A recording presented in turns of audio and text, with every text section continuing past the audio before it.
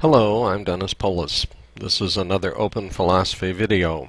In this video I'm going to be responding to my friend Theophage, who has posted a second response to my discussion of the laws of nature and how they imply the existence of God. So let's begin. There were three basic points that I wanted to respond to Dennis's videos on natural laws. The first one, Dennis makes the claim that natural laws are not properties of the universe themselves, that they are separate immaterial entities that pre-exist the universe. I want to correct a misunderstanding on this point. First of all, I don't believe that the laws of nature are separate entities. Rather, they are integral with the universe. They are distinct in the sense that their definition is not the definition of matter or material states, and so they are a foundation in reality for a different and distinct concept. And because they are inseparable from the universe, they don't pre-exist the universe in any temporal sense. Rather, they are logically prior to the matter of the universe, which means that they explain the material phenomena of the universe rather than the material phenomena of the universe explaining them. Causes are logically and dynamically prior to their effects, and so the kind of priority we're talking about, which Theophage has called pre-existence, is actually logical or dynamical priority. Second is that natural laws show intentionality, unlike anything else in the universe other than, for example, human conscious thought also shows intentionality. And the third point that he made that I was disputing was the fact that it is the persistence and the constancy and the conservation of these natural laws that essentially proves that God exists. I gave arguments for why I felt that those were wrong, and he came back in his response video and basically took apart my arguments. And I will agree with him that I got a lot of things wrong. But even granting that, I still think fundamentally my points are right, and I'm going to do my best to continue to support those. Okay, regarding the first point, Dennis's original position in his videos was that natural laws are not like the properties of things that we find normally. But I think the fact that the laws of nature don't behave like certain other kind of properties isn't really such a problem, because there are different kinds of properties. There are properties of a thing can have, which are inherent in the thing. For example, a thing could have color, it could have length, it could have weight or mass, and that is a property inherent in a thing. And then there are properties which are not inherent in things, but which are inherent in relationships between things, such as position. The notebook is on the table. That isn't a property of the notebook, or a property of the table is a property of the relationship between them. So the fact that natural laws, to me, seem to be properties of the interactions between matter. They aren't necessarily properties of the parts of matter themselves. And I think originally the points that I were making kind of made it sound like that was what I was saying, that the laws of nature are contained in the properties of individual things, like electrons, like protons, like lumps of matter, and that's certainly not the way to go. I don't think that's the case. I think it is more correct to say that these are properties of the universe itself, such that interactions that take place within the universe can only happen in these certain ways because these are the properties of the universe. This certainly brings us much closer to agreement. I would be willing to say that the laws of nature are properties of the universe, provided that we understand that they're very unlike any other properties of the universe. They are explanatory properties. For example, extension in space and duration in time are properties of the universe. But the form of space-time is dictated by the laws of nature. And so as long as their logical and causal priority is admitted, I have no problem with calling them properties. It's just that we want to make sure that when we do that, that we don't forget that they are prior to all of the material phenomena which they in fact cause. Now that actually brings me to a really huge point that Dennis made. He says that properties adhere to the objects that possess them, but laws of nature do not. They are ontologically prior to the universe. And he says that physicists such as Victor Stenger and Stephen Hawking agree with that position, that they believe that the laws were before the universe, and it was through these laws that the universe was created. Now I think that is a really, really important point, because if that were the case, if the laws existed before the universe, then I am just completely, absolutely wrong. And I recognize that. And if it's true that the consensus view in physics is that the laws existed before the universe, and through them the universe was brought about, then I might as well say right now that I'm completely wrong. But that is not my understanding. This is one of the things that I said that I need to do more research. What I would like to have is I would like to have taken the books that these people have read, Stenger and Hawking, and show quotes of them supporting my case, but I don't have those resources available to me now. But this is my understanding. I believe that Dennis is incorrect, that the laws came first and the universe was produced from them. I think it is more correct that the positions of these physicists and others are that there was an initial state of the universe, and that the laws were part of this initial state, and that the universe progressed from the initial state, came out of the initial state through the laws. But it's not that the universe didn't exist at that initial state, it just didn't exist in its present form in the initial state. The laws are how it grew from the initial state to successive states to the state of the universe as it is now. If I am correct about that, then obviously Dr. Polis is wrong. And so what I really need is, I really need some kind of confirmation that this is what these physicists are talking about. I want to again correct a misunderstanding that Theophage seems to have. Ontological priority does not mean temporal priority. Time is the measure of motion according to before and after. If there's no universe, there's no motion, and if there's no motion, there's no time. So, quote, before the universe, unquote, time does not exist. There is no before the universe. There is only time as long as there is a universe. So the whole idea of something existing at a time before the universe is a contradiction in terms. Ontological priority means causal priority. It means the laws of nature cause the motions of the universe, but it doesn't mean that they existed, quote, before the universe, unquote.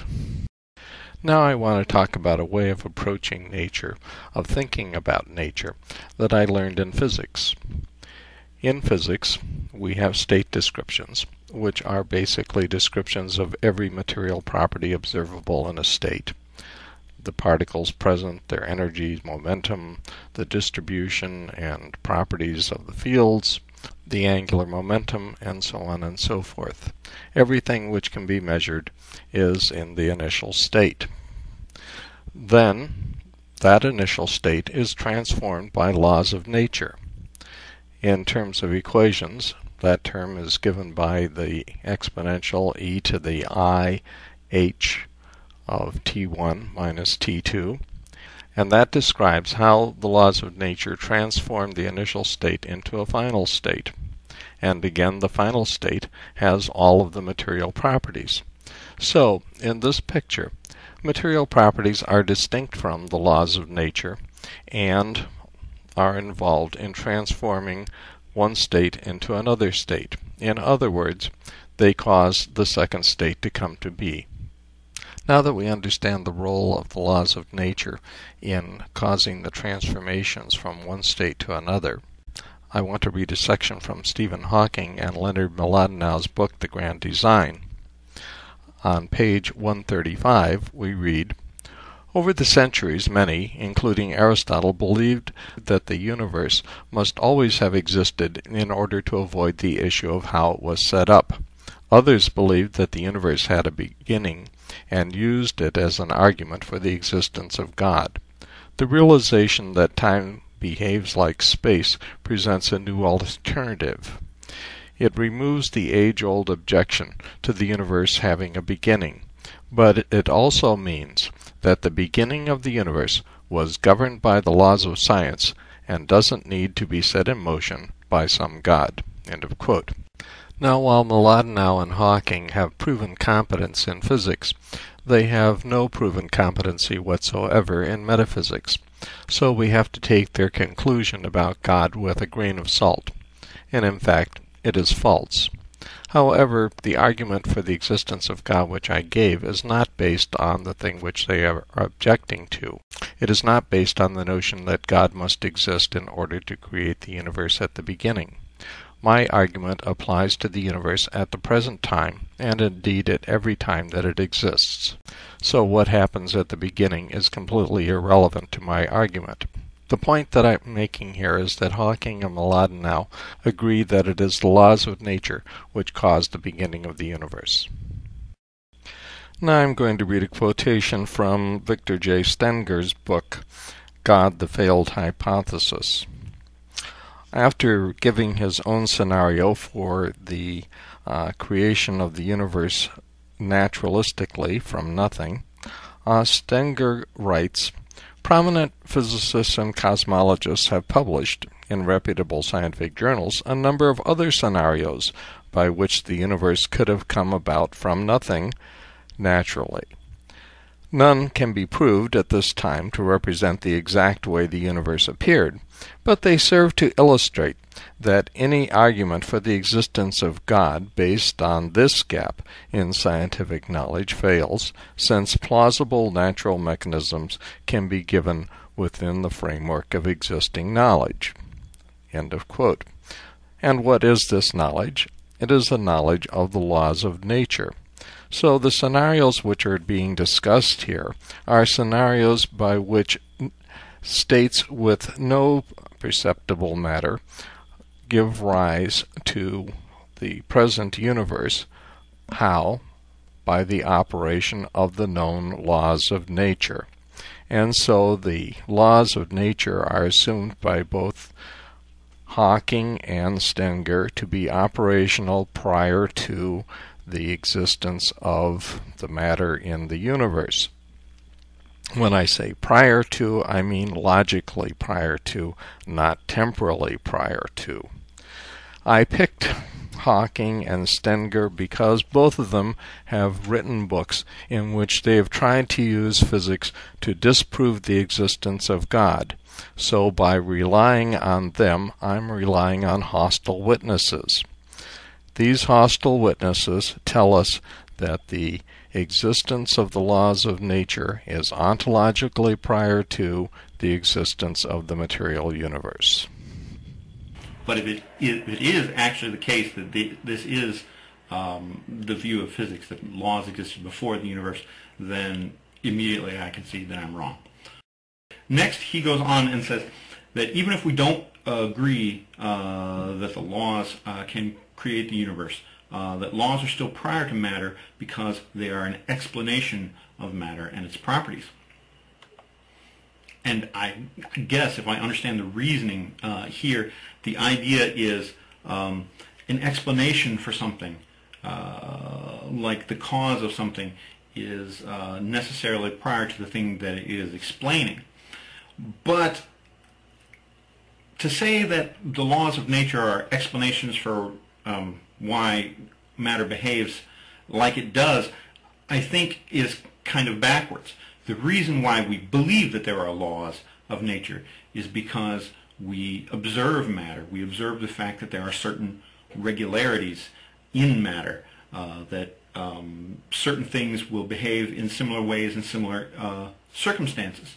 So I don't see that as logically prior to matter behaving in those ways. Matter behaves in those ways because we have the laws, or because the laws are what they are. He's confusing how we learn of the laws with how we apply the laws.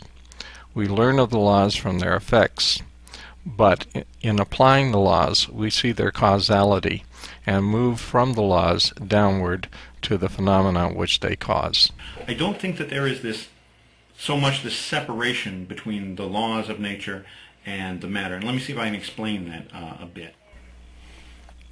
Of course I agree. I've already said that the laws of nature are inseparable from matter, but that they are logically distinct.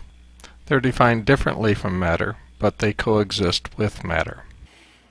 Matter itself has no meaning outside of the universe, and the properties of matter have no meaning outside of their interaction with other matter, according to natural law. For example, if I take a lump of matter, like say a baseball, and feel that it has weight in my hand, it has mass, what does it mean to have mass? Well, that doesn't have any meaning outside of the fact that I'm describing an interaction. When I lift the baseball and I feel it, that is an interaction between the baseball and the earth, the gravity pulling down on it due to the baseball's mass.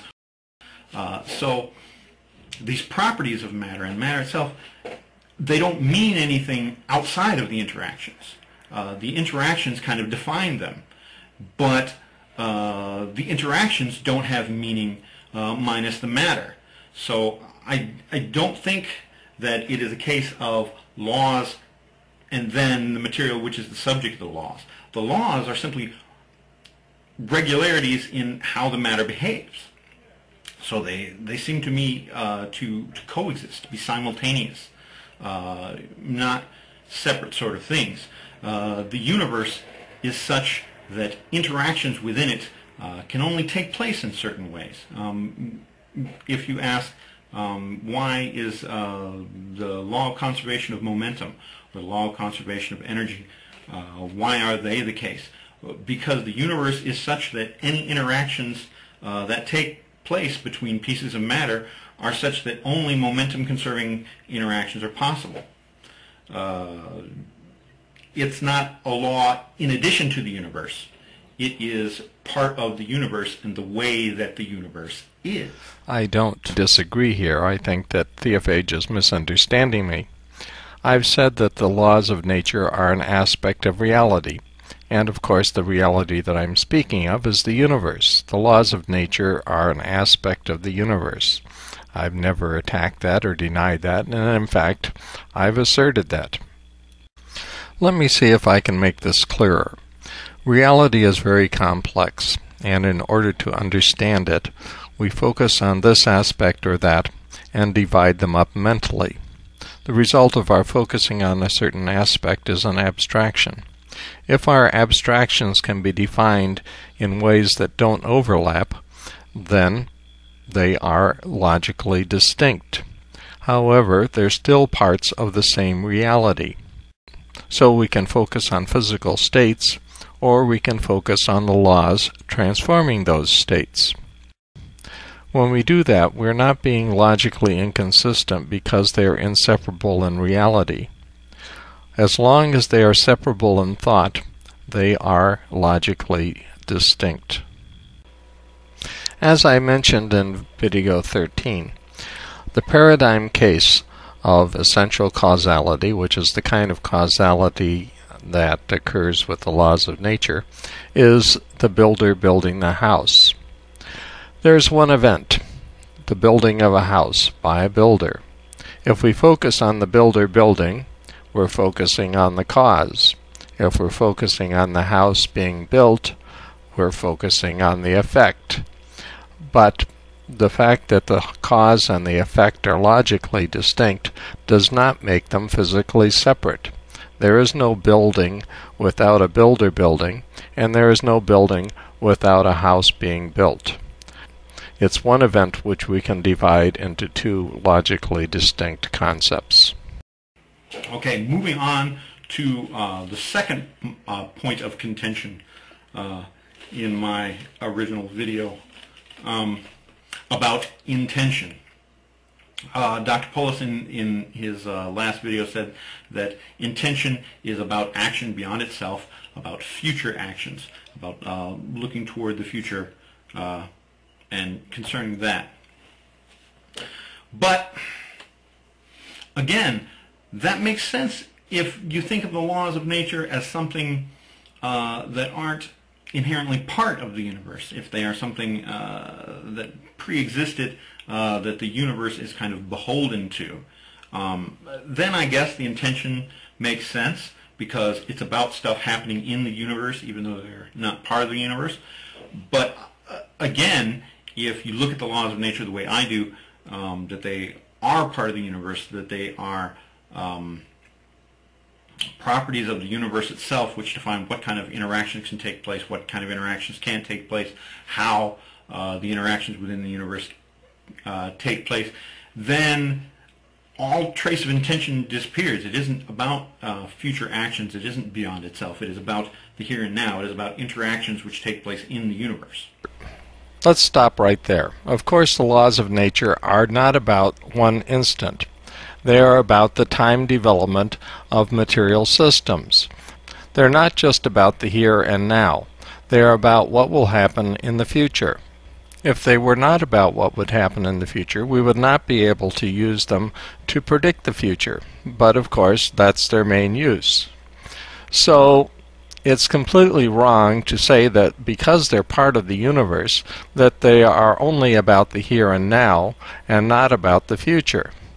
And as dispositions for future actions, they're exactly the same as our dispositions for future actions when we decide to do something. When I decide to go to the store, I am disposing my body to all of the actions required to get me to the store at some point in the future. So the laws are intentional in exactly the same way as human intentions for future action. And that leads us to the third point of contention, the role of natural laws in proving the existence of God. Dennis points out in his last video that that I essentially accuse him of using a God of the gaps argument. Again, he's right. I was wrong about that. He says that God is not used as a hypothesis in his original videos, that it is the end result of a deduction. The fact that the deduction showed that there has to be something which keeps the laws constant, and that which keeps the laws of nature constant is, by definition, God, was his point. And this is where I think he's incorrect here, even though my reasoning for it was wrong in my last video. To say that this thing that this conclusion that he came up with deductively is God by definition really doesn't fit. It is true that the role of God traditionally is that of creator, that of sustainer, that of ruler of the universe, and these would seem to be the roles played by what he concluded in his deductive argument. But God is more than that. God is an intelligent personal being. God represents perfect morality and benevolence. God has wants and desires, and he's got a plan for your life, and he has things he wants done, and he performs actions in the world. All of this is also God. So to say that you can take part of the idea in God, like a role that needs to be filled and go, oh, well, that role is by definition part of the role of God, therefore that's God in that position. I don't think you can conclude that. Video 15 was the last video in a series I was doing on the laws of nature.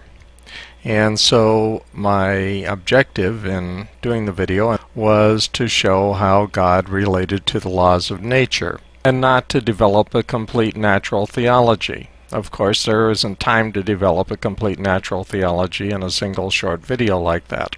Still, what I came up with is, by definition, God.